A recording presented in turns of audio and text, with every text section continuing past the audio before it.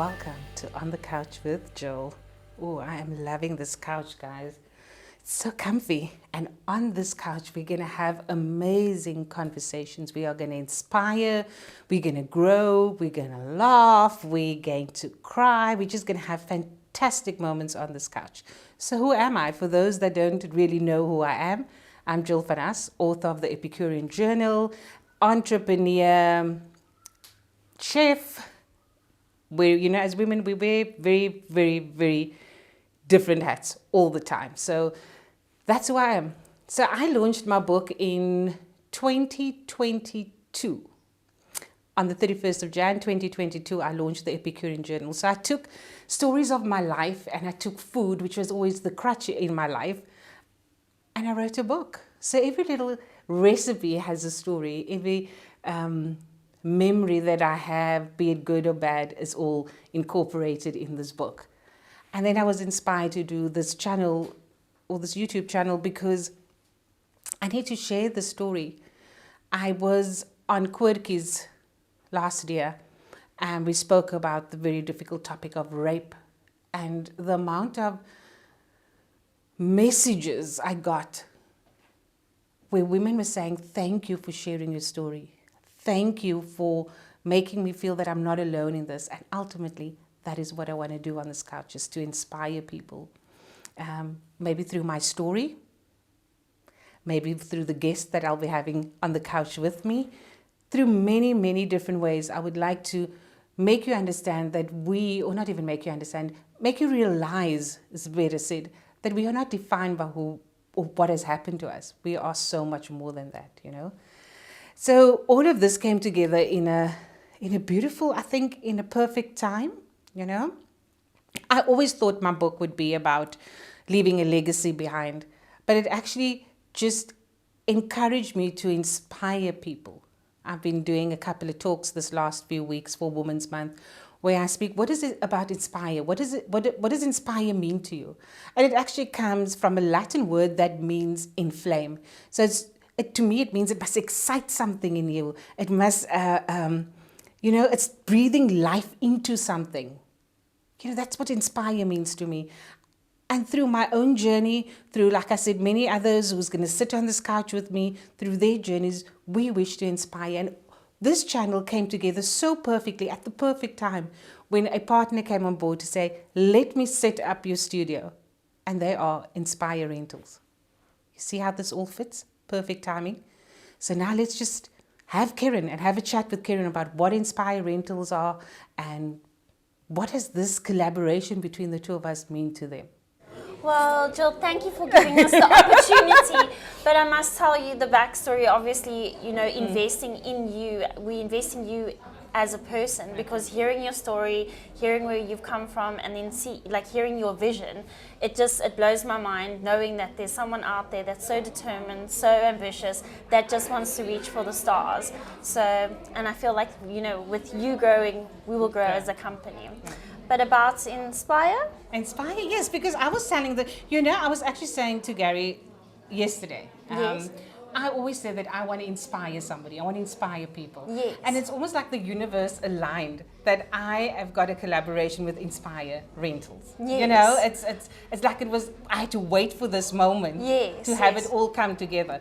And I was telling people earlier, Paul and I was saying that you don't actually only need to go into big corporate spaces with Inspire Rentals, because you design things to make up an event. Yes. At home as well? At home, in a studio, for a wedding, for an exhibition, for a party, anything. It could be literally something that's happening over the weekend.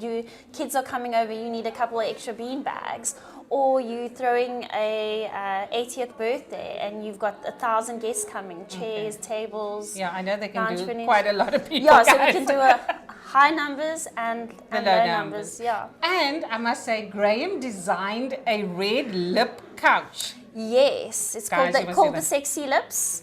Look out for that. It's going to be very sexy, a hot commodity. It's going to be a hot commodity. So, Kerryn, thank you. I know she's here for the sip and paint as well. And they finished my sip and paint as well, guys. I don't even know how to say thank you. You're welcome. Thank you so much. And we'll do a more in-depth interview once Graham is back. Yes. All right. Great. Thank you. Thank you so much. It's a pleasure. Thanks. Thank you, Kerryn, for those beautiful, kind words. I do really believe that this is a match made in heaven. So like I said, we are going to inspire. And like Kerryn was saying, they were inspired by my story. What does Women's Month mean to you? I think we're celebrating us this month. We really are. But we don't want to be super women. Like I said, who is Jill van Us? Some people say I'm a child of God because I go to church. Some people say I'm a daughter because I am a daughter to my parents. I'm a wife to my husband.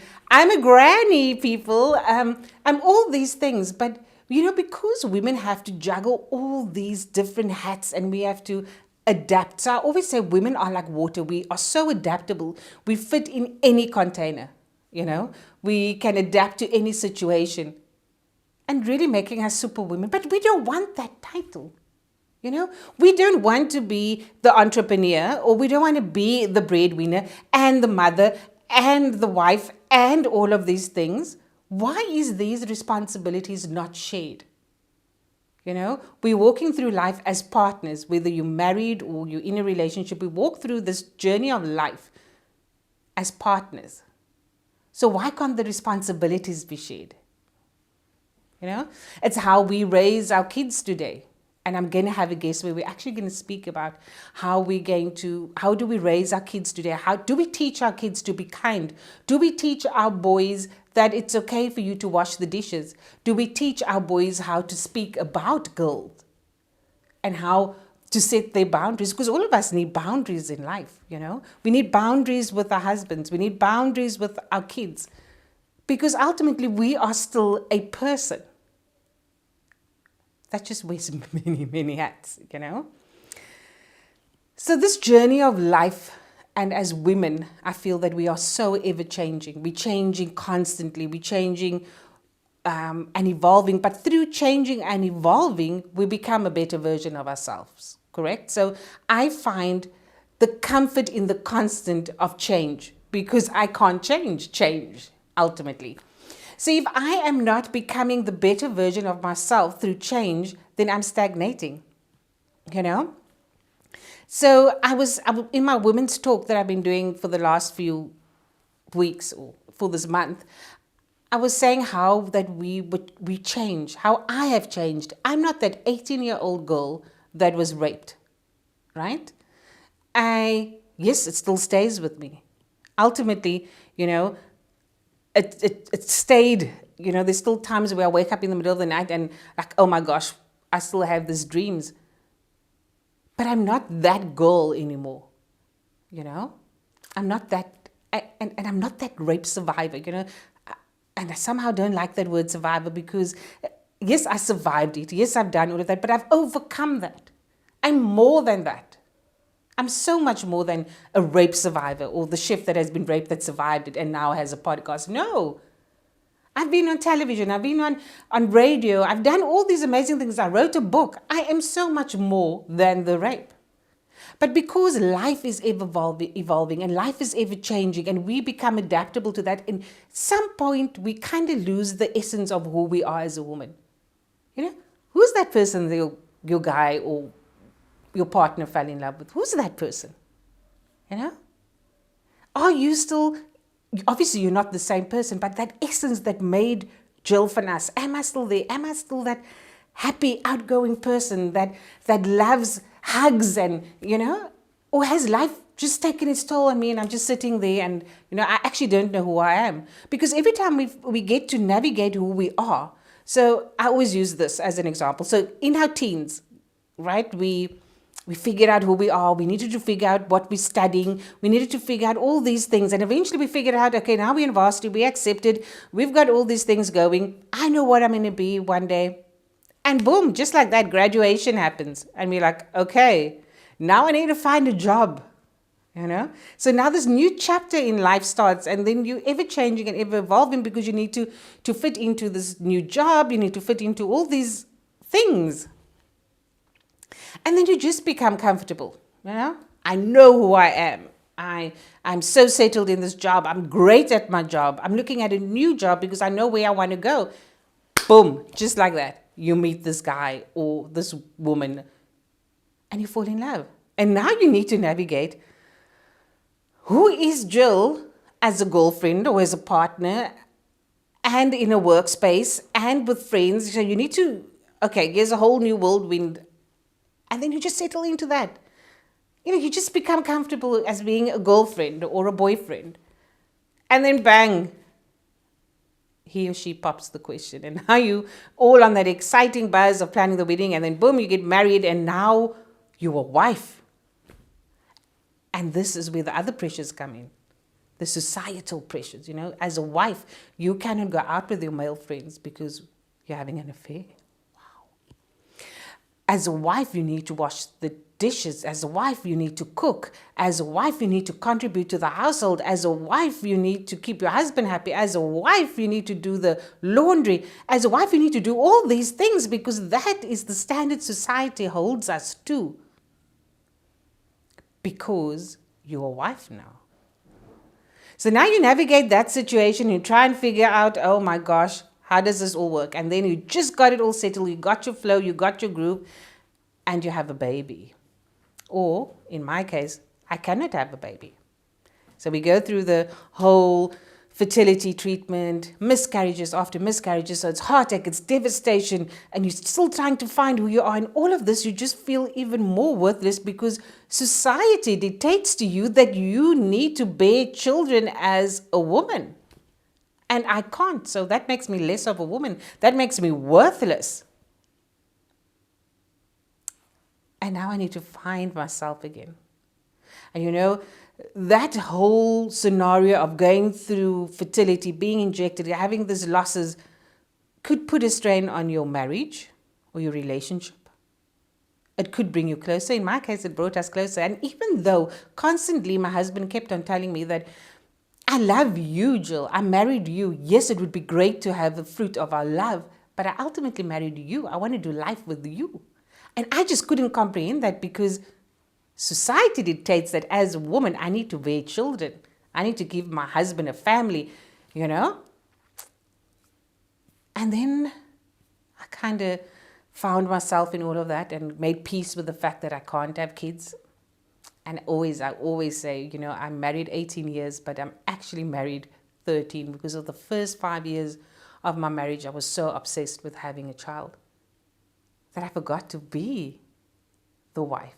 Or I never got to be that wife, that honeymoon phase of excitement and getting to know each other even better. I wasn't that person because I was just so pumped with hormones and so obsessed with having kids because I need to live up to what society expects of me as a woman. And then I learned that I am still who I am. I'm still bold and strong through all of this, through everything that I've been through. You just found your groove. And my sister had kids and, you start loving these kids as your own. And then you realize, but, this is actually great because you can send them home. And you still have that love to give. You got so much love to give. And I started traveling. My husband and I started traveling. We did phenomenal things together, And then, you're growing this business and you're working hard. And then we get COVID-19, right? And COVID-19 hits us and now what? Now we're stuck in this house, no kids, just husband and wife. Because before, you thought you had it all figured out because you had your own life. So you could still go to work, you could do these things, you come home and, But now you're stuck here. And then one night I said, let's have that shot of tequila. And we had this conversation. And we had a conversation. We spoke the unspoken things. What he says that hurts me, what I say that hurts him, how he doesn't like this or the other thing. And also, are you still finding me attractive? We don't speak about that because society says, as women, you can't speak about these things. In a married life, you can't, You just have to bite your bottom lip like everybody else says and just do what you have to do. But we had that conversations. You find me attractive. How do we incorporate date nights? Date nights don't even have to be only me booking a restaurant. Date night can be him cooking, doing the dishes, run me a bath, glass of wine, and that could be a date night and we just conversate. No phones. So then, through this difficult time that COVID-19 was, we kind of rekindled our marriage, you know. We kind of made it stronger, we made it better. So COVID-19 affected our livelihoods, yes, but it made a huge impact on my marriage and a huge impact on myself, because once again, I realized I am going to stand bold and tall. I'm going to stand in what I believe, and I'm going to navigate this life and go for what I want. So after COVID-19, I wrote this book called The Epicurean Journal. I had radio interviews, I had television interviews. I flew to Johannesburg for radio interviews, guys. I had a feature on a radio station that ran for a whole year. I did all these things, you know. And then I also realized that on this journey called life and marriage, you are two people holding hands, walking in the same direction, but on their own journey as well. We don't have to lose who we are because we are married.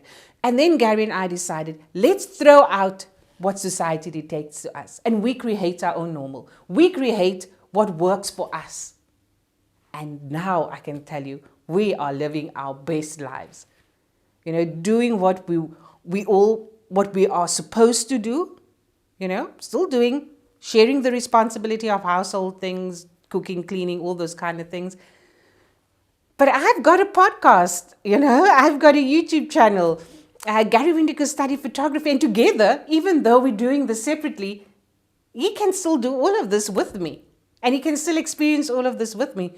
So we need to have those hard conversations. And we need to not forget our dreams. Because it doesn't matter what our circumstances are. And I'm going to end off with this. It doesn't matter what our circumstances are. What really, really matters is how big our dreams are. So go out and dream big. Dream those dreams that are impossible. You know, and I have to take it back to my granny always said to me, Jill, you had these big dreams. You always had these dreams. And now when I really sit back and I look at my life, I'm living some of my dreams. So never forget to dream, because you're going to get to a point in your life where the things that you prayed for or the things that you dreamt of, you're actually living. So I'm looking forward to having you on the couch again with me next week for another episode of On the Couch with Jill, powered by Inspire Rentals.